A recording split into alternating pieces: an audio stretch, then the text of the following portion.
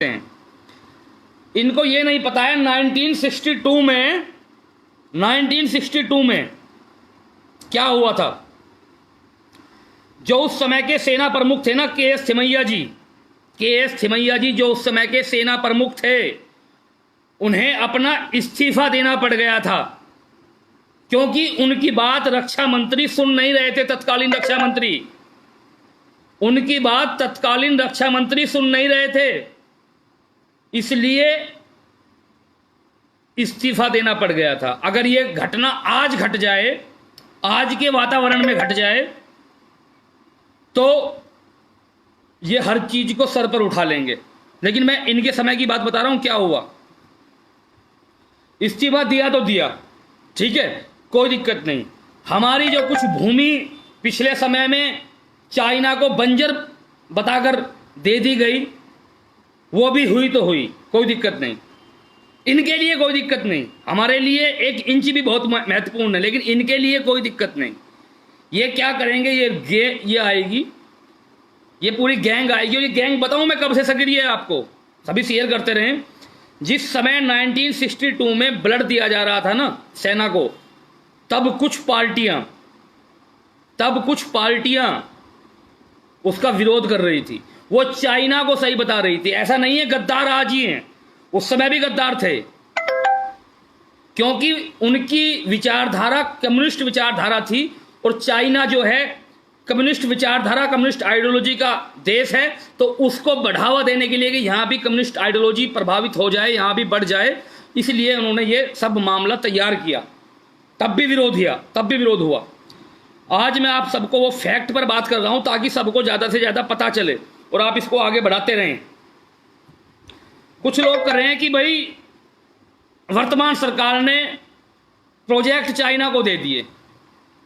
देखिए, मैं तो चाइना के किसी भी एक भी प्रोजेक्ट की हर स्तर पर निंदा करता हूं। जो बात है उनसे हमारा कोई रिश्ता नहीं, लेकिन हम अपनी जिम्मेदारियों से क्यों भाग रहे हैं, क्या कारण है, किस लिए भाग रहे हैं, उस बात पर चर्चा करते हैं। हुआ क्या, जो ये एसी में बैठकर आज भाषण दे रहे हैं, जो दूसरे देश की जो हताहत हुए हैं सैनिक, उनकी चर्चा नहीं कर रहे हैं, उनकी गिनती नहीं बता रहे हैं कि अगले भी ठोक दिए, उनका नहीं बता रहे हैं ये, लेकिन हमारा जो नुकसान हुआ है उसको बढ़ा चढ़ाकर बता रहे हैं। इस आइडियोलॉजी को समझिए, इसको समझिए। इनको ये नहीं पता है वहां जहां पॉइंट है वहां पता है हाइट कितनी है, इनको नहीं पता। 12 से 15 हजार फुट वो हाइट है। और पता है कैसे जाना पड़ता है वहां पर हमारे फौजियों को, लेक पार करके। और टेम्परेचर पता है, नाइट में -15-20। एसी में बैठकर कमेंट करने वालों, तुम्हारी हड्डियां गल जाएंगी किसी पर सवाल उठाने से पहले। कितना टेम्परेचर है रात में? -15-20। दिन में भी -5 तक, जो दिन का टेम्परेचर मैं बता रहा हूं। किसी से पता करो जो लेक पार करके जानी पड़ती है ना ऊपर, जहां पॉइंट है, कितना ठंडा पानी होता है, कितनी ठंडी हवाएं चलती हैं, हड्डियां गलने तक का खतरा होता है। समझ रहे हैं? और ये भाषण दे रहे हैं। और चीज बताऊं इनको, पहले जो नहीं हुआ जो अब हो रहा है, इनको कोई नॉलेज नहीं है, इन गद्दारों को कोई ज्ञान नहीं है किसी तरीके का। चाइना ने अपने बॉर्डर तक ट्रेन पहुंचा दी। हम किस दुनिया में जी रहे हैं, किस दुनिया में जी रहे थे, ये भी मैं बता दूं।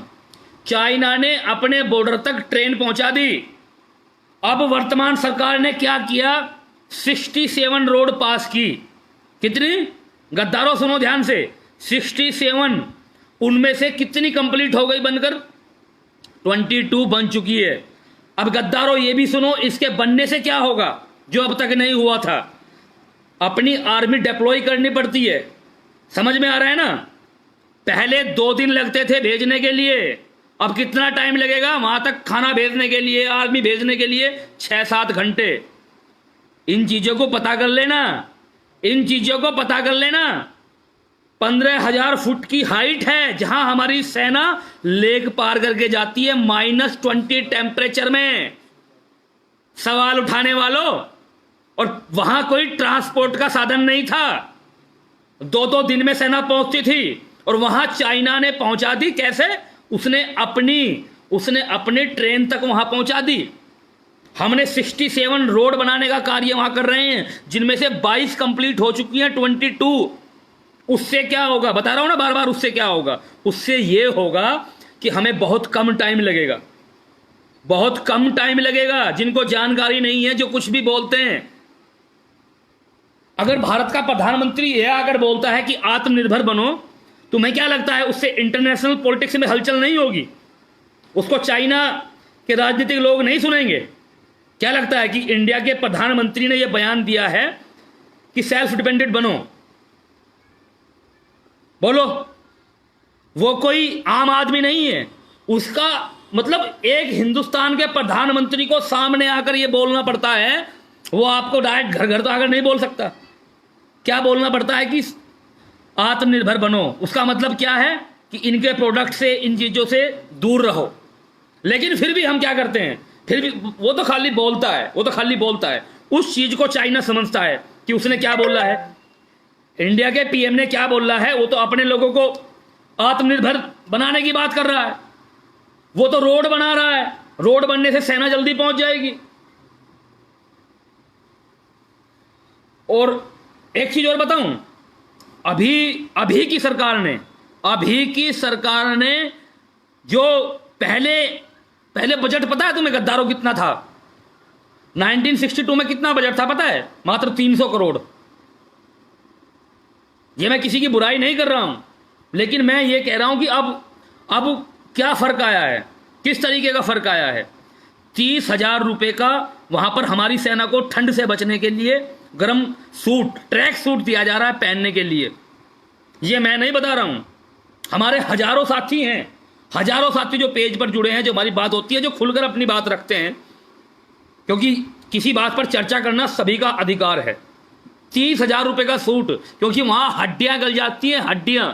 किसी पर बोलना बहुत आसान है, समझ में आ गया? किसी को बोलना बहुत आसान है। और मेरे इस पेज पर आर्मी वाले पर्सन भी जुड़े हुए होंगे, वो कमेंट करके भी बता देंगे कि अब सिचुएशन क्या है, किस तरीके से पहले घुटने टेके गए, और अब क्या हो रहा है। लेकिन ये गद्दार दूसरे देश, दुश्मन देश की कमियां नहीं बताएंगे। दुश्मन देश के सैनिक, हमारी सेना ने पीट कर उनको भी नुकसान पहुंचा दिया, उसको नहीं बताएंगे। ये बताएंगे अपनी सरकार को घेरेंगे। ऐसा किसी देश में नहीं होता है। मैं ये बता रहा हूं आपको, सर्वदलीय मीटिंग बुलाई है, प्रधानमंत्री जी ने सर्वदलीय मीटिंग बुलाई है। कोई उसका बहिष्कार मत करना। सभी राजनीतिक पार्टी के अध्यक्षों से कहा है ना, जो चिल्ला रहे हैं जवाब दो, तो तुम जाकर जवाब भी ले लो और अपना भी जवाब दे दो सर्वदलीय बैठक में। कोई उसको मिस मत करना, कोई उसका बहिष्कार मत करना, जाकर बोलना, जवाब लेना। किसी पर उंगली उठाना बहुत आसान है। 67 रोड के प्रोजेक्ट थे, जिसमें से 22 बनकर तैयार हो चुकी हैं। और मैं बार बार आपको ये बता रहा हूं,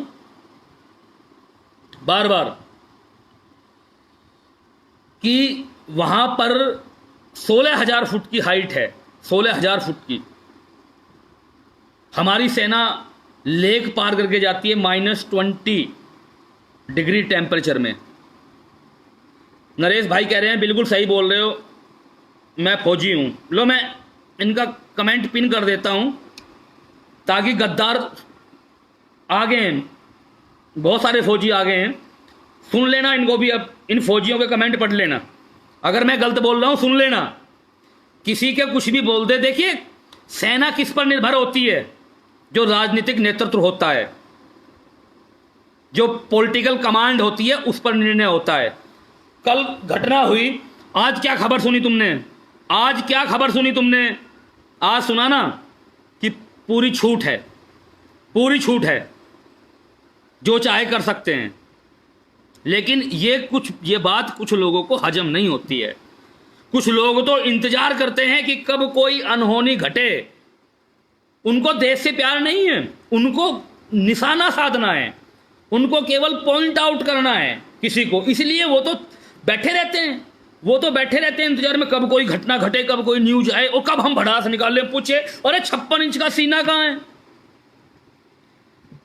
अगर प्रोजेक्ट देने की बात है, कहीं मैन्युफैक्चरिंग की बात है, उस पर तो हम ये कह सकते हैं सब कैंसिल होने चाहिए, लेकिन उन चीजों को दरकिनार नहीं किया जा सकता जो देश हित में कार्य किए जा रहे हैं। तुम अपने घरों में बैठे रहते हो, तुम अपने घरों में बैठे रहते हो और तुम एक पूरा गैंग चलाते हो फेसबुक पर, सोशल साइट पर, अपनी आर्मी का मोरल डाउन करने का काम करते हो जाएगा तुमसे, तुमसे नहीं हो पाएगा, तुमसे नहीं हो पाएगा। और इस देश का एक एक राष्ट्रभक्त हमारी सेना के साथ हर तरीके से खड़ा है।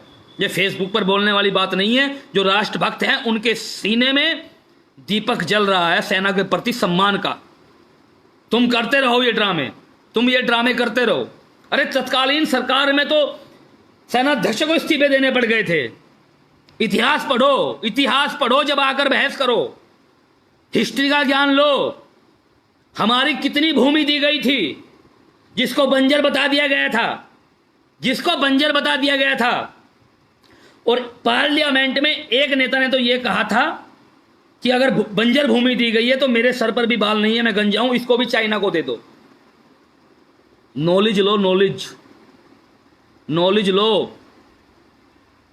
हमारे पास्ट में क्या हुआ है, दिन में से 2 घंटे उन चीजों पर ध्यान दो, उनको पढ़ो गद्दारो। उनको मैं बोल रहा हूं जो ये सवाल करते हैं कि कौन क्या कर रहा है। 22 रोड बनकर कंप्लीट हो गई हैं। मैं किसी पार्टी का प्रवक्ता नहीं हूं। जब इस पार्टी के द्वारा मजदूरों पर कोई बात नहीं की जाती तो सबसे पहले अपोज करने वाले हम थे इसी फेसबुक पेज पर। लेकिन जो चीज सही है, जो चीज सही है उनको बताओ, उनको बोलो। और अपनी सेना का, और माफ कीजिए सरकार का, सरकार किसी पार्टी की नहीं होती। अगर जब युद्ध की बात आए, जब वॉर की बात आए तो सरकार किसी पार्टी की नहीं होती, पूरे देश की गवर्नमेंट होती है, पूरे देश की सेना होती है। समझ में आया? तुम्हें पता है उस जो पार्टी सीपीआई है, उस समय फिर युद्ध के बाद उसके 2 पार्ट हो गए, सीपीआई फिर सीपीएम बन गई। सीपीएम में वो लोग चले गए जो उस समय चाइना को सही बता रहे थे, जो कम्युनिस्ट विचारधारा को समर्थन कर रहे थे। सीपीएम में, सीपीआई में वो लोग जुड़े रहे जो देश के साथ थे। कम्युनिस्ट विचारधारा, ये आइडियोलॉजी कैसे आई, कहां से आई, इन चीजों का ज्ञान लो, इन चीजों को पढ़ो, समझो, तब तुम्हें पता चलेगा कि वर्तमान में हालात क्या हैं, उस समय हालात क्या थे। प्रोटोकॉल का हवाला दे दिया गया था। तत्कालीन प्रधानमंत्री जी ने जब सेनाध्यक्ष उनके पास गए, जनरल उनके पास गए, तो उन्होंने ये तक कह दिया था कि तुम मेरे पास डायरेक्ट क्यों आ गए, डिफेंस मिनिस्टर के पास क्यों नहीं गए। तब जाकर उनके माइंड में रिजाइन देने की बात आई थी। हमारे सैनिक, हमारी सेना 16,000 फुट पर जाकर लेक पार करके -20 डिग्री टेम्परेचर में लड़ती है। और ये कुछ लोग, कुछ गद्दार लोग सवाल उठाने से नहीं बचते।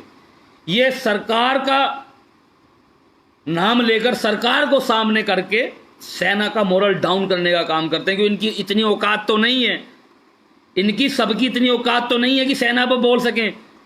इनके मन में सेना के प्रति भी कुछ नहीं है, मैं बता रहा हूं, लेकिन इनकी इतनी हिम्मत नहीं है, इतनी औकात नहीं है कि ये बोल सकें सामने आकर। इसलिए सामने किसका फेस रखते हैं? गवर्नमेंट का।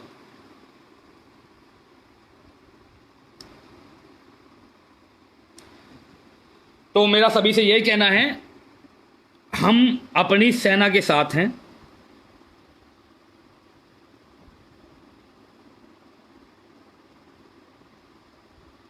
और 1 इंच भी जमीन चाइना को नहीं दी जाएगी।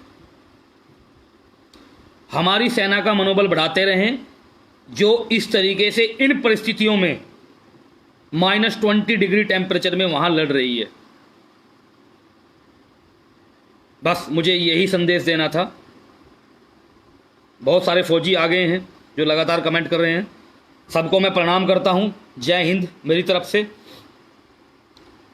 आप सभी को भी जय श्री राम, वंदे मातरम, भारत माता की जय। जय हिंद की सेना।